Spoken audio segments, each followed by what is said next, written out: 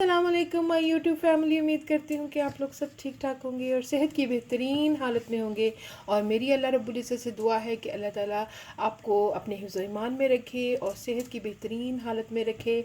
और इसके साथ ही आज की जो हमारी रेसिपी है वो है बहुत ही यमी मज़े के आलू और प्याज के पकोड़े। तो चले फिर हम बनाना शुरू करते हैं। अल्लाह के नाम से शुरू करते हैं, बिस्मिल्लाहिर्रहमानिर्रहीम। तो आलू के पकोड़े बनाने के लिए मैंने लिए हैं 2 अदद आलू। और आलूओं को आप देख सकते हैं कि मैंने बारीक साइज़ में काट लिया है और इनको काट कर मैंने धो लिया है। और 2 जो है वो मैंने प्याज लिए हैं और प्याज जो है वो मैंने मीडियम साइज़ के लिए हैं और उनको मैंने काट लिया है और उसके बाद इनके ऐसे लच्छे बना लिए हैं। आप देख सकते हैं प्याज़ों को मैंने काट के इनको अलग-अलग कर लिया है। और मैंने तकरीबन आधी घटी जो है वो धनिए की ली है और तकरीबन 2 अदद जो है वो मैंने हरी मिर्चें ली हैं और हरी मिर्चों को मैंने चॉप कर लिया है। और साथ में मैंने 1 कप भर कर जो है वो बेसन का लिया है कि मैंने कुछ स्पाइसेस लिए हैं। और उसमें सबसे पहले मैंने 1 टीस्पून जो है भरकर सफ़ेद ज़ीरे का लिया है। 1 टीस्पून भरकर मैंने जो है वो चिली फ्लेक्स का लिया है, यानी कुटी हुई लाल मिर्चें हैं। और 1/4 टीस्पून जो है वो मैंने हल्दी का लिया है।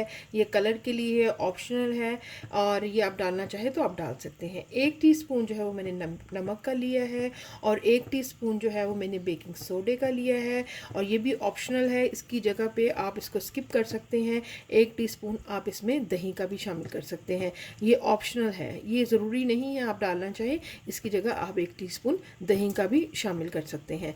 और 1 टेबलस्पून मैंने भरकर साबुत धनिए का लिया है और 1 जो है वो टीस्पून, बल्कि हाफ़ टीस्पून है, हाफ़ टीस्पून के करीब जो है वो मैंने अजवाइन का लिया है। और जब भी आप पकोड़े बनाएं उसमें अजवाइन ज़रूर शामिल करें, क्योंकि अजवाइन जो है वो आपको पकोड़े या इस तरह की तली हुई चीज़ें जो होती हैं वो हज़म करने में मदद देती हैं। स्पेशली जब आप बेसन की कोई चीज़ बनाएं तो उसमें अजवाइन ज़रूर शामिल करें। और 1 टेबलस्पून के करीब जो है वो मैंने कसूरी मेथी का लिया है। और कसूरी मेथी से आप यकीन करें आपके पकोड़ों का जायका और ज़्यादा बढ़ जाएगा और आप इसको और इन्जॉय करेंगे।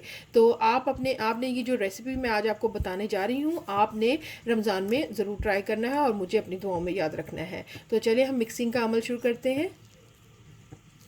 जी, तो बोल में सबसे पहले मैं आलूओं को शामिल कर रही हूँ जो कि मैंने धो लिए थे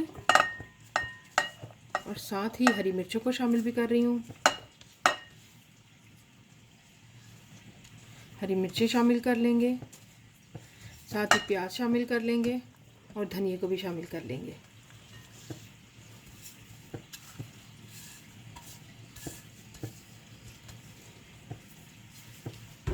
इसको अच्छी तरह से मिक्स कर लेंगे।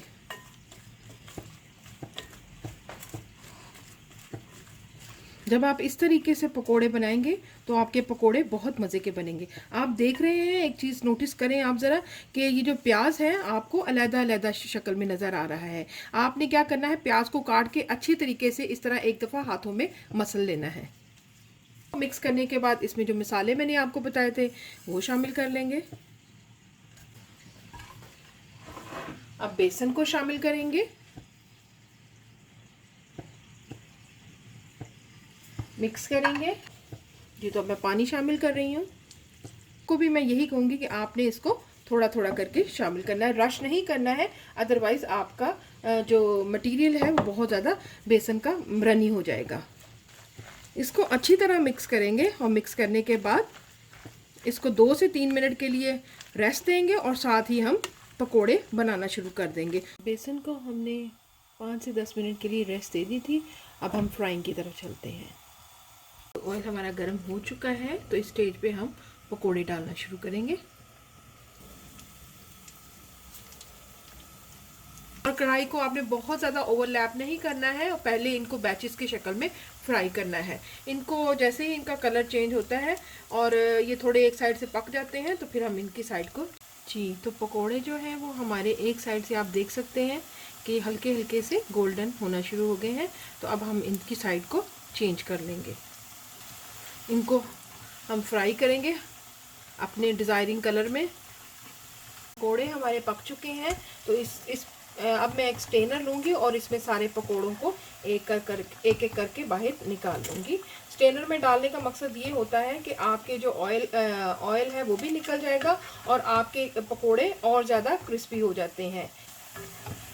चलिए मैं आपको सारे पकोड़े निकाल के दिखाती हूँ। जी, तो इसके साथ हमारे आज के आलू और प्याज के पकोड़े बनकर बिल्कुल तैयार हैं।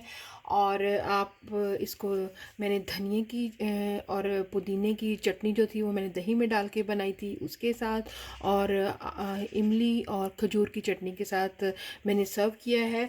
और इस स्टेज पर अगर आपको लगे कि अगर आप ज़्यादा मज़े का और करना चाहते हैं तो इसमें थोड़ा सा चाट मसाला भी शामिल कर सकते हैं।